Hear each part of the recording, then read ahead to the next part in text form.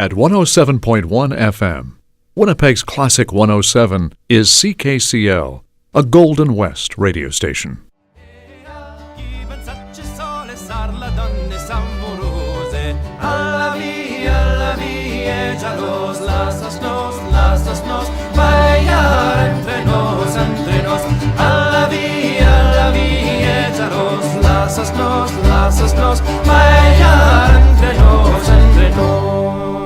We're going to have fun here this morning. That is the Skye Consort from an album called Grand Succès du Deuxième Millénaire. Did I get that right? The Grand Success of the Second Millennium. Second Millennium. And I played you the Skye Consort because they are in town this weekend to perform with Camerata Nova. The concert is called Nouvelle-France, depending on your accent. They're performing Saturday and Sunday, and they're very proud to partner with the vibrant and multi-talented Montreal instrument Skye Consort to bring life the rich musical history of France, Nouvelle-France, Quebec and Franco-Manitoba. And I've got in the studio with me this morning a member of Camerata Nova, Ross Brownlee, and Sean Dagger from Skye Consort. Good morning. Good morning, Michael. Good morning. How are you guys? Doing very well, thank you. How about you? You know what? After hearing that music, I'm very good. You know, it's a great way to wake up in the morning. Some fantastic music. Hey, that's great. So that's what we want. That's what you want? Okay. Well, I mean, people are going to wake up to that this morning and they get a chance to hear it on Saturday and Sunday. Let's start with you, Ross. How did this, I know you guys have performed together. Sean is also a member of and one of the leaders of La Nef. It's another early music group or sort of traditional folk group out of Montreal. And you performed with him a few months back. How did two concerts in one season is pretty amazing, eh? Well, yeah, it's really amazing, and we're so very fortunate. And it's actually an interesting story. How did it happen? We were just reviewing this last night. It happened probably the germ of this idea rather late some evening at a wonderful Irish pub in Montreal following a bike tour. I had found myself in Montreal and reconnecting with a friend that I had known for a long time when I lived in Montreal. Sean was there doing some wildly fine music work in the pub, which is the reason that I went. And we started talking about what we're doing in our respective cities, and I had loved Skye Consort when I lived in Montreal. It was a treat to me to go out on an evening and I would come home just radiant from the music. It was great. I never in a million years dreamed I'd be collaborating in this way, but you know, life is weird and things happen. But little ideas started happening. I think Sean said, well, hey, what if we got together? We're touring. And lo and behold, here we are. So in two very different formats, yes, we get to collaborate twice in a year. It's amazing and kind of a cool story, actually. Mm-hmm, fantastic. So Sean, how you were here with La Nef a few months ago now. That's right, in October. Yeah. I'm kind of curious as to your musical interests and background. I mean, what interests you about this folk music that you tend to go back to, whether it's French, Quebec music, or even going back to the music of the troubadours? What is it about that music that inspires you? I really love that it's a blank slate. All this music, you can do whatever you want with it and not be wrong. I spend my day job is playing in Irish bars at night. And so I get to play all kinds of folk tunes, and I get to play them all different ways, and I get all these ideas when I'm playing in the pubs. And then when I get to do something a little more classical, I take all the ideas that I've had playing in bars and sort of make something new out of it. But the melodies and the songs the folk songs and even the old medieval songs, they're great tunes, and the ones that we still know about, we still know about because they're great tunes.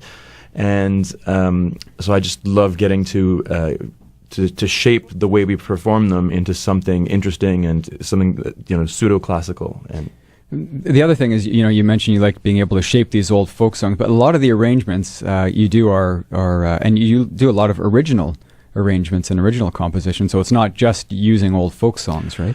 When I take an old folk song, I really strip away all the work of previous arrangers, anyone who's put chords or put harmonies to it before. I get rid of all that. I sometimes even take 2 or 3 different versions of the same melody and combine it into a new melody that suits my taste and needs, and then build up a new arrangement from that. So for me, it's very creative. I don't. It's called arranging, but basically I'm composing the new parts and the way this song is going to sound based on an old melody.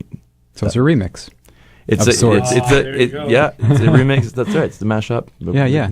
He's a classical folk DJ. That's me. That's what he is, Sean.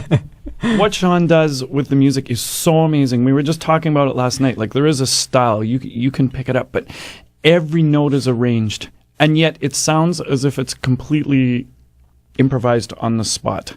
The people that he loves to play with are so good at taking that music and just letting it fly. But it's amazing. And I was commenting too, the choral parts he wrote are standalone. Like the choir, when we were practicing, these are not just sort of background pad chords for the choir to ooh and ah. And they're serious choral parts. This guy has a serious gift, and it sounds also organic and fluid as it runs. It's quite amazing. Yeah, I mean, when I listen to it, it sounds to me like it's something that could have been written, 300-400 years ago. I mean, it's just really authentic. And I've been playing that Lenef CD quite a bit. I love that CD called Trobirets. Oh, Trobirets, that was great fun. Yeah, that's where I took a bunch of poems that women had written in the south of France in the 12th and 13th century, and the poems existed, but the music that they were sung to, and we know they were sung, the music they were sung to didn't exist anymore. So I wrote new music for it, but I just tried to make it sound like it should go with the music, with the poems. So. I'm in the studio now with Sean Dagger from Skye Consort and Ross Brownlee from Camerata Nova. They're collaborating again this weekend as part of the Festival du Voyageur. We're going to have a listen to one more track from, is this another one we're going to play from the Grand Succès, or this is the next one from? This is the one from Grand Succès. It's one of the Estampilles Royales, one of the dances. And this is a tune that you'll hear tonight if you go check out the show.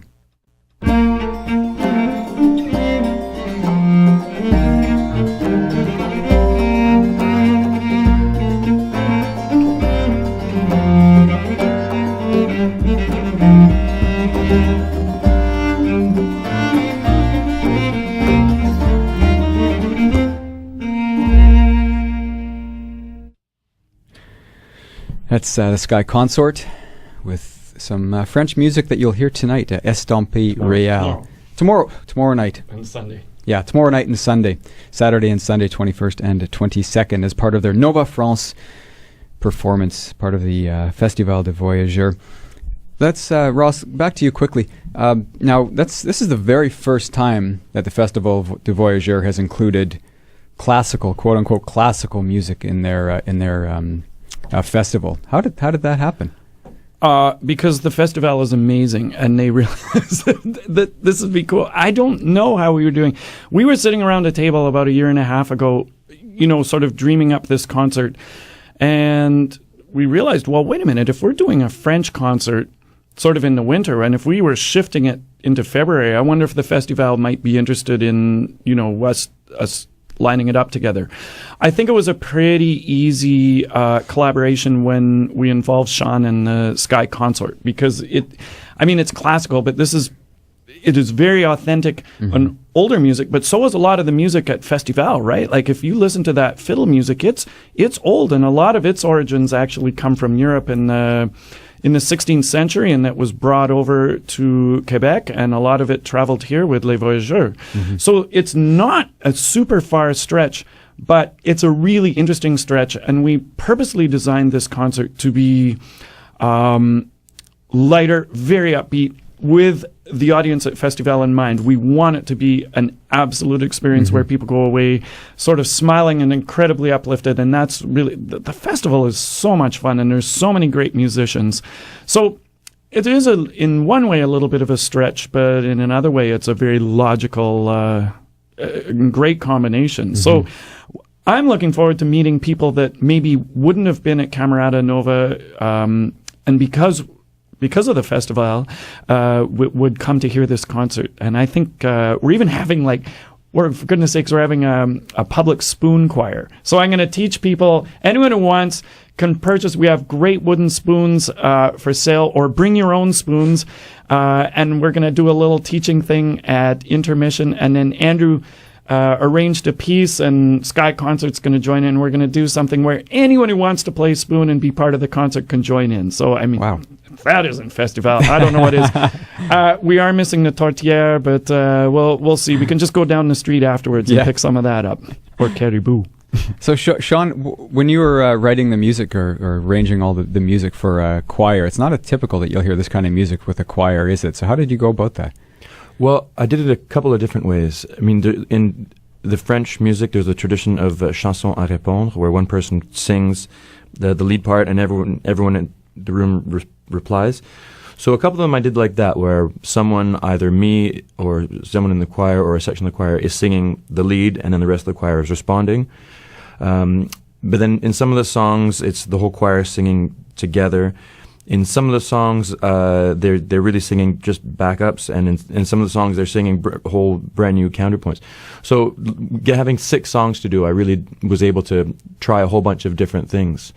And having worked with the choir during the Dowling and Dublin concert that you mentioned, that was really the first time I had written for choir, and I had no idea what it was going to sound like. None whatsoever. So there were 3 new songs then. And from the first instance of the first rehearsal, the whole band just sort of, we started smiling and looked around. We couldn't believe how great this choir sounded, because they really do sound great. Mm-hmm. And we didn't get a lot of time to work with it, but just hearing them sing those 3 songs with us, it gave me all kinds of wonderful ideas about what I was going to do this time. So it was kind of a test run. Mm-hmm. And I have to say, they do such a great job, and they've worked really hard to prepare my arrangements, and I couldn't be happier. Joyful. Talk about Skye Consort and a little bit about the group and the instruments that are involved and about the group themselves. Oh yeah. So Skye Consort started in 1999, and we did a CD with a countertenor called Matthew White.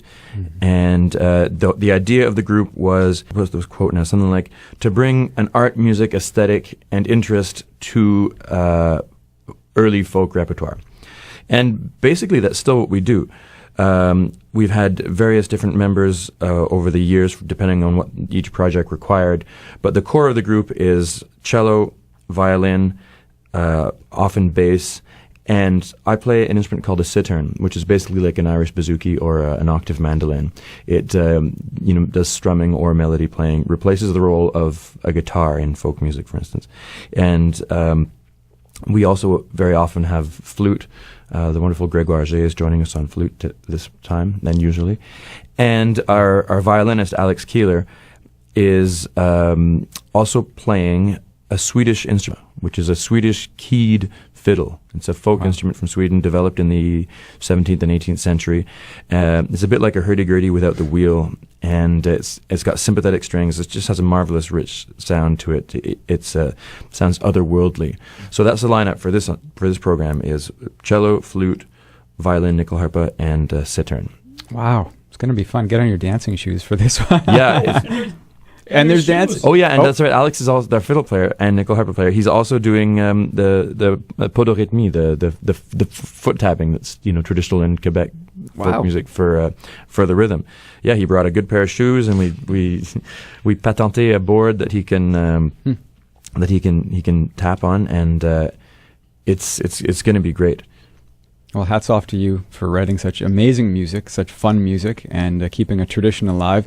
And Ross, you and Camerata Nova, I mean, every show is a surprise, Hats off to you guys, you and Andrew and everybody, for pulling together such fun, diverse shows in your season. It's just, I'm always eager to see what you guys are going to put out every year, What next? So, what next? Well, let's just take it day by day, and we're going to enjoy the performance. Again, that's Camerata Nova with Skye Consort performing their show called Nouvelle-France, Saturday, February 21st, Sunday, February 22nd, and it's part of the Festival de Voyageur for the first time. And hats off to the festival for including some classical, quote-unquote, classical music in their weekend of festivities. Well, we're going to have one more track now. What are we lined up here, Sean? I can't remember. I think this tune is called Carola Ostinata, which is a tune I wrote for the Trobaret CD I did of troubadour women from the south of France. And we're going to be playing this tune here tomorrow as well.